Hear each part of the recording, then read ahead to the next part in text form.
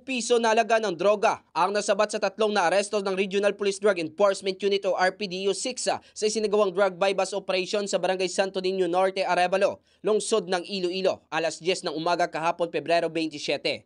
Ang mga arestado ay sina Ronald Rindon, 41 taong gulang, residente ng Barangay Tansa, Bonifacio City proper; Rodalyn Bautista, 20 taong gulang, residente ng Barangay San Rafael, Mandurriao; at Jen Mark Heronda, 27 taong gulang, residente naman ng Barangay Kalumpang Molo, lungsod ng Iloilo. Natransaksyon ng mga kapulisan ang mga arestado sa halagang 12,000 piso, kapalit ng isang supot ng shabu. Sa panayam ng K5 News FM Iloilo kay Police Captain Glenn Solimana, mahigit na 2 buwan ang kanilang monitoring bago ikinasang operasyon. Dagdag pa nito, na-recover din ang kalibre 38 na baril at loaded ng 3 live ammunition. Tinatayang mahigit kumulang sa 280 grams ang na-recover na suspected shabu at meron itong halaga na 1,904,000 pesos. Ito ang ating balitang tinutukan mula dito sa lungsod ng Iloilo. Para sa K5 Network News, ako si K5 Eric Canizares para sa Kampyong Balita, Serbisyo Publiko at Kasiyahan sa bawat Pilipino.